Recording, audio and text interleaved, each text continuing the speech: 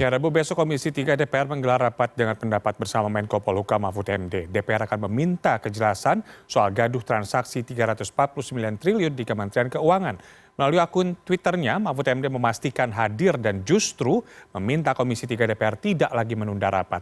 Namun di balik aksi saling tantang ini, benarkah ada unsur pidana ketika data transaksi janggal berupa laporan hasil analisis PPATK disampaikan ke publik? Kita akan membahasnya malam hari ini bersama pakar TPPU, ada Prof. Yenti Ganarsi. Selamat malam, Prof.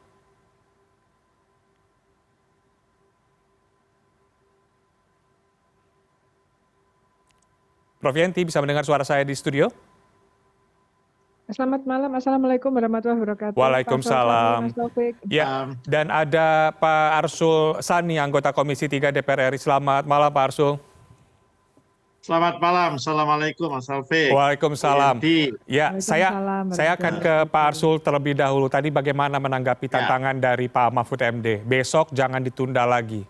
Ya, saya kira pertama saya ingin jelaskan bahwa besok itu bukan pertandingan tinju atau gulat, jadi kita nggak usah tantang-menantang. Ya. Besok itu acara untuk menjelaskan, mencerahkan publik tentang apa sih yang ada dalam atau di balik yang disebut sebagai transaksi mencurigakan 349 triliun itu. Ya. Kalau kemudian Pak Mahfud kata menantang itu kan biar agak hangat sedikit lah ya. Jadi saya melihatnya seperti itu. Bahwa saya akan hadir, insya Allah. Ya, saya akan hadir. Tidak lucu juga kalau saya bagian dari yang mengundang kemudian yang mengundang tidak hadir ya. Itu tidak logis saya kira ya. Nah, berikutnya lagi saya kira kemudian kita semua itu akan buka, tetapi ya karena ini negara hukum, maka yang disebut dengan due process of law itu juga harus tetap kita perhatikan. Due process of law itu menyangkut mana yang sudah saatnya dibuka, mana yang ya dibukanya itu nanti pada saat yang akan datang. Kalau saya boleh pinjam Bu Yenti ini dari beberapa kali kita bertemu, agar kemudian tidak ya kalau dibuka semua sekarang, maka kemudian yang menjadi target sasaran itu sudah bersiap-siap, sudah merapikan segalanya, maka ikannya malah lepas gitu.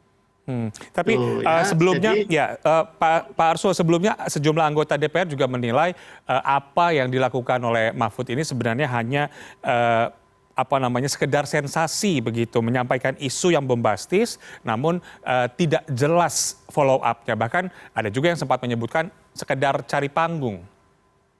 Ya, wajar saja, DPR itu kan ada 9 fraksi. Ada 580 anggota, tentu kan sudut pandangnya bisa berbeda-beda ya. Saya terus terang tetap berhusnudon ya, bahwa Pak Mahfud itu melakukannya dalam konteks untuk tentu memperbaiki, melakukan penegakan hukum atas hal-hal yang merupakan tindak pidana asal dan tindak pidana pencucian uang. Namun demikian, memang ya, ada hal-hal yang dalam tata kelola komunikasi pemerintahan antar lembaga, tata hubungan pemerintahan itu memang yang harus diperbaiki. Contoh nih, saya kasih contoh ya. Pak Mahfud sebagai Menko Polhukam adalah Ketua Komite Koordinasi Nasional Pencegahan dan Pemberantasan TPPU. Bu Sri Mulyani itu adalah anggota komite. Nah, kalau kemarin misalnya Bu Sri Mulyani menyampaikan di Komisi 11 yang menjadi mitranya, bahwa ketika tanggal 8 Maret, pertama kali Pak Mahfud mengumumkan, itu beliau kaget. Ini kan menimbulkan pertanyaan. Memangnya ketika mau diumumkan di komite ini tidak diolah dulu, tidak bertemu dulu. Memangnya komite itu walaupun sebuah kumpulan orang yang tentu bekerja atas dasar kolektif kolegial, itu jalan sendiri-sendiri. Nah, ini kan hal-hal yang harus diklarifikasi. Ada Pak Ketuanya mengumumkan, anggotanya kaget. Itu loh. Nah, ini adalah satu-satu contoh-contoh yang ya saya buka saja ya, sebenarnya belum tidak mestinya tidak Akan saya dibahas sampaikan, besok. tapi oke lah. Karena ini kita itu tujuannya bukan untuk satu mempermalukan orang, bukan. Ini kita tujuannya adalah agar hal-hal yang memang perlu diproses hukum itu kita proses hukum, tapi sekali lagi dengan memperhatikan prinsip-prinsip due process of law. Nanti due process of law apa, Bu Yenti itu lebih pinter untuk menerangkannya dari saya. Baik, kalau gitu saya akan langsung ke Bu Yenti. Tadi menanggapi apa yang dikatakan Pak Arsul, bahwa apa yang disampaikan pertama kali oleh Pak Mahfud pada tanggal 8 Maret itu membuat Sri Mulyani kaget. Selain itu, kejanggalan lain juga pada saat itu Pak Mahfud juga mengatakan bahwa yang diungkapkan atau yang disampaikan pada saat ini bukan terkait kasus korupsi, melainkan tindak pidana pencucian uang. Tanggapan Anda seperti apa? Ya, ini kan kita menanggapi yang dari LHA PPATK. Itu adalah info ya. Kalau sebagai ini kan masalah tindak pidana pencucian uang. Ini kan masalah tindak pidana sekarang ini, yaitu ada kalau ada pidana itu kan ada yang lapor. Nah, kali ini penemunya, pelapornya adalah PPATK berdasarkan ada transaksi mencurigakan dari lembaga keuangan yang ada dalam Undang-Undang TPPU, lapor kepada PPATK. Kemudian karena itu mencurigakan, oleh PPATK dianalisis. Nah, kemudian hasil analisis inilah maka PPATK sebagai pelapor harusnya diserahkan kepada penyidik. Penyidik tergantung kejahatan asalnya yang mana, orangnya siapa dan berapa dan bagaimana.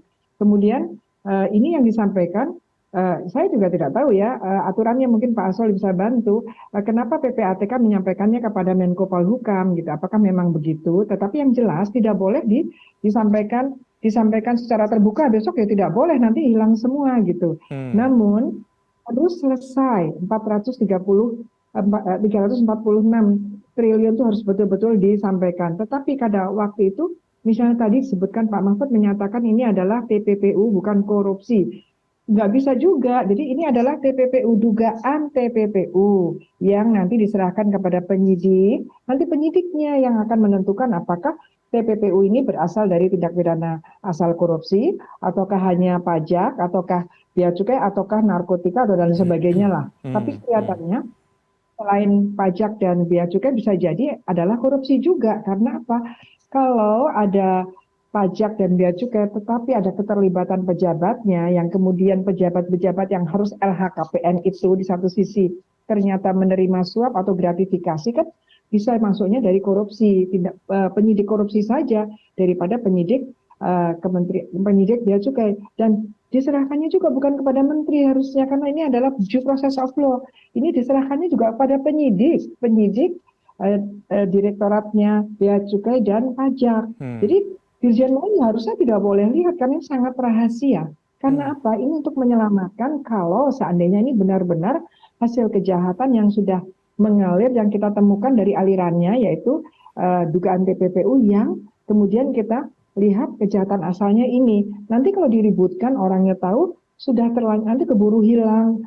Bukan hanya orangnya, siapa tahu kita berkaitan dengan saksi-saksi atas peristiwa itu. Bisa melarikan diri dan sebagainya. Maka ada pasal 11 itu tidak boleh disampaikan selain untuk kepentingan proses hukum itu. Ya, itu artinya kemarin penyidikan penuntut maupun di pengadilan. Itu artinya kemarin ketika Pak Mahfud MD dan juga Ibu Sri Mulyani menyampaikan data secara detail kepada media, itu bukan langkah yang tepat untuk mengungkap adanya dugaan tindak pidana pencucian uang ataupun korupsi di lingkungan Kementerian Keuangan. Bukankah masyarakat juga berhak untuk mengetahuinya secara transparan begitu? Iya, ya. Jadi kemarin itu ya kalau misalnya ada laporan, karena begini kan Pak Mahfud tentu tidak mungkin kan minta kepada PPATK. Yang harus ditelusuri Pak Arsul Sani, kenapa PPATK langsung memberikan ke Pak Mahfud gitu kan? Padahal kan kalaupun memberikan, sampaikan dong bahwa ini ditindaklanjuti saja gitu. Kalau pemerintahannya mau benar-benar mau bersih, ya tindak lanjuti tanpa ada keinginan untuk melindungi. Harusnya seperti itu yang diinginkan masyarakat. Kalaupun udah terlanjur bahwa ini adalah disampaikannya nggak detail satu orang kan tidak. Tetapi kalau menyatakan bahwa terlalu terburu-buru, bahwa itu tidak ada korupsinya, tidak mungkin bilang begitu. Jadi paling tindak pidana, ini adalah dugaan tindak pidana pencucian uang, memang begitu. Memang itu sistem TPPU, dalam Undang-Undang TPPU adalah bahwa pelapornya bisa jadi pelapornya adalah PPATK. karena mendapatkan itu juga belum alat bukti sebetulnya kan. Itu pendukung sih sebetulnya, nanti didalami oleh penyidik, kemudian dicari peristiwa tindak pidananya, kemudian ditentukan siapa tersangkanya. Ya, Begitu. Pak Arsul, apakah itu juga yang menyebabkan Anda dan juga beberapa rekan lainnya seperti Arteria Dahlan, Ya, kemudian Beni Kaharman melaporkan atau bisa melaporkan Pak Mahfud MD dengan dugaan potensi pidana atau PPATK juga karena melaporkan atau ya. menyampaikan data yang seharusnya tidak boleh dibuka ke publik begitu? Ya, sebetulnya kita belum sampai ke sana, ya. Yang disampaikan hanya kan dengan gaya masing-masing. Gayanya Pak Beni Harman, gayanya Pak Arteria, gaya saya kan berbeda-beda juga, ya. Karena memang di DPR itu ada 9 fraksi, di Komisi 3 ada 53. Nah, tetapi kan kemudian ketika itu disampaikan, yang ditangkap oleh publik, kesan umumnya adalah DPR mau menghalangi Pak Mahfud MD untuk mengungkap, ya, tindak pidana pencucian uang, gitu kan? Yang itu adalah kita anggap sebagai kejahatan yang serius. Padahal kalau yang disampaikan Bu Yenti itu sebetulnya sama yang ada di kepala kita. Bagi kita yang berlatar belakang hukum, kan tidak semua yang ada di ruang publik kan juga memahami hukum, karena memang kuliahnya atau disiplin ilmunya kan juga belum tentu semua hukum, ya. Yang sebetulnya ingin disampaikan, ya, mungkin kalau tadi bahasanya Bu Yenti kan bahasa yang ilmiah dan santun, begitu ya. Itu ingin dikatakan proses hukum itu harus dijalankan, tapi yang namanya prinsip-prinsip due process of law, yakni proses hukum yang baik dan berkeadilan, itu juga harus dipegang, tidak boleh ditabrak. Nah, salah satu bentuk due process of law itu antara lain tidak boleh kemudian mengumbar data begitu saja, ya, kepada publik. Dalam hal ini kalau saya pakai bahasa pasal 11 itu dokumen dan keterangan-keterangan, ya. Itu sebetulnya yang kami sampaikan itu sudah sama dengan seperti yang disampaikan Bu Yenti itu tadi, mengingatkan, bukan menghalangi. Nah, apakah publik kemudian tidak boleh, tapi pada saatnya. Jadi kan alurnya itu tadi kan PPATK kalau Bu Yenti sebut sebagai pelapor, menyampaikan kepada APH namanya, aparatur penegak hukum, ya. Kalau itu tindak pidana kepabeanan dan bea cukai, maka kepada penyidik PPNS di Ditjen Bea Cukai. Kalau itu perpajakan, PPNS di pajak. Kalau itu korupsi, ada korupsinya tadi seperti yang disebut-sebut Bu Yenti, ya, karena misalnya ada penyertaan, keterlibatan orang dalam, maka itu tidak boleh kemudian diserahkan kepada Bea Cukai atau pajak, tapi harus dibawa ke KPK, ke Gedung Bundar atau Bareskrim Polri, ya. Nah, jadi itu yang sebetulnya, nah, kemudian kita harapkan kan nanti kan direspon oleh penyidik seperti apa LHP dan LHA-nya itu. Nah, nanti pada saatnya APH itulah yang mengumumkan. Jadi hak publik untuk mendapatkan informasi itu juga terpenuhi. Tapi tidak bisa hari ini kita ingin buka saja semuanya terus kita buka, ya. Karena itu kemudian menjadi tidak sesuai dengan yang namanya prinsip-prinsip due process of law. Itu. Ya, kan ini berdasarkan laporan transaksi tidak wajar ini sudah ada sejak 2009 sebenarnya dan baru dilaporkan belakangan itu. Apa itu artinya ada pembiaran selama ini, Pak Arsul? Tidak juga, tetapi memang kalau saya ambil contoh, ya, dalam laporan kinerja PPATK, jadi kan PPATK ini justru harus membuat laporan itu bukan kepada Menko Polhukam. Kalau di undang-undang kepada Presiden dan DPR, ya, tiap 6 bulan, ya.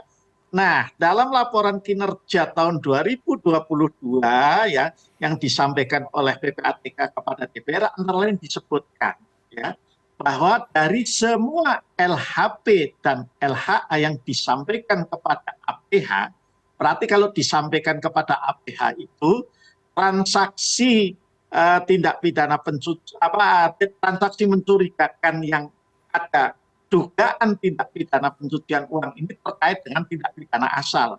Bisa korupsi, bisa kepabeanan, bisa pajak, bisa lingkungan, ya, bisa narkotika, bisa terorisme juga gitu ya. Itu ada indikasinya.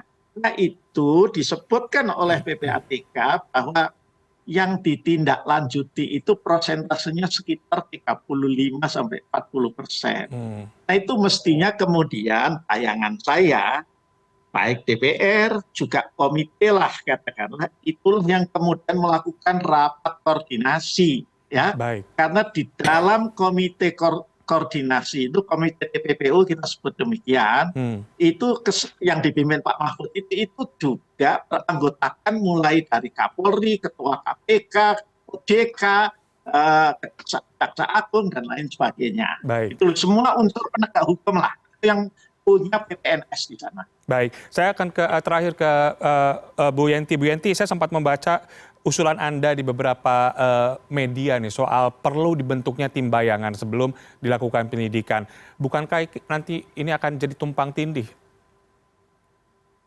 Iya, jadi gini, kan ini kan kemarin ya sebelum dipanggil oleh DPR kan kita nggak mau masalah kalau bagi kita, bagi masyarakat, karena itu produknya PPATK, berarti kan ada kemungkinan terjadi tindak pidana. Kita tidak mau masalah ini malah terganggu karena ada permasalahan politik atau permasalahan dinamika antara eksekutif dan legislatif lah, gitu ya. Ini kan seperti itu. Apalagi tadi pertandingan tinju kan, bukan ya Pak ya? Nah kita ini bagaimana caranya bahwa ini harusnya segera, apalagi ini kan bersamaan dengan LHKPN. Hanya memang saya agak bingung juga ya. Kok 2009 gitu, itu apa ya, periodisasi apa 2009? Karena kalau penyidik pajak itu penyidik itu kan baru 2010 tuh undang-undangnya, baru 2010 seharusnya. Kenapa 2009? Pergantian periode presiden juga 2010. Jadi apa patokannya 2009? Itu juga tidak boleh asal-asalan juga kepada masyarakat. Harus ada alasannya. Kenapa ngambil periodisasi 2009? Padahal TPPU ada sejak 2002. Itu kan harus dijelaskan. Kemudian Ibu Sri Mulyani tadi mengatakan bahwa yang lain sudah ditindaklanjuti. Kalau sudah ditindaklanjuti, kenapa PPATK mengirimkan? Harus dijelaskan juga oleh PPATK harusnya bahwa yang disampaikan itu bukan berarti semua belum ditindaklanjuti. Ini juga harus sinkron. Maka tadi saya setuju dengan Pak Asrul Sani, komunikasi etika profesi berpolitik atau berpemerintahan yang baik itu juga harus dijaga gitu kan. Ini kan antar lembaga sendiri sudah tidak sinkron. Masyarakatnya bagaimana, ini lembaga dalam eksekutif. Nah sekarang DPR-nya, legislatifnya kemudian masuk. Ya, waktu itu saya mengatakan kalau dibiarkan bagaimana ini kemudian menjadi perbincangan sementara. Kita tidak lupa loh Pak Asrul Sani, PPATK juga mengatakan bahwa sudah menunda transaksi. Padahal menunda transaksi itu hanya 20 hari. Dan itu berkaitan dengan alun. Padahal alun waktu itu LHKPN-nya 56 M. Dan kemudian berapa hari kemudian 500 M. Nah ini kan harus segera dilakukan. Jangan kita terbuai dengan pembahasan-pembahasan di luar due process of law tadi, proses hukum pidananya bagaimana? Apakah ini memang korupsi dari LHKPN saja yang kemudian pindah ke penindakan dan ternyata kemudian ada pejabat-pejabat lain kan? Nah ini yang saya katakan harus ada tindakan-tindakan apapun ya yang mendorong bahwa antara APH yang ada itu harus segera tangkap itu apa yang ada dari PPATK ditindaklanjuti secara hukum. Biar aja lah ada pembahasan-pembahasan yang nanti mungkin besok di DPR harus dibenahi lah. Cara begini kan membuat kisruh dan menimbulkan ketidakpercayaan bukan saja kepada pemerintah tetapi juga pada DPR. Ada orang menyatakan bahwa seolah-olah DPR ini yang menghalang-halangi agar Pak Mahfud membuka, kan itu sudah ketangkap di netizen itu banyak sekali. Ini dampak seperti ini kan tidak baik. Itu saja yang saya sampaikan. Baik, itu berarti memang penanganannya harus segera mungkin seperti yang tadi disampaikan oleh Pak Arsul dan juga Ibu Yenti, bahwa jangan sampai memberikan celah kepada para pelaku untuk mengamankan apa yang sudah dilakukannya dan bahkan juga memberikan peluang bagi para saksi untuk tidak mau memberikan keterangan. Kita tunggu saja bagaimana hasilnya besok dan mudah-mudahan tadi apa yang sudah disampaikan Bu Yenti itu bisa dikupas secara tuntas kepada Menko Polhukam Pak Mahfud MD maupun kepada PPATK dan juga Kementerian Keuangan. Terima kasih atas waktunya Pak Arsul Sani, anggota Komisi 3 DPR RI dan juga pakar TPPU Bu Yenti Ganarsi. Selamat malam dan Assalamualaikum warahmatullahi wabarakatuh.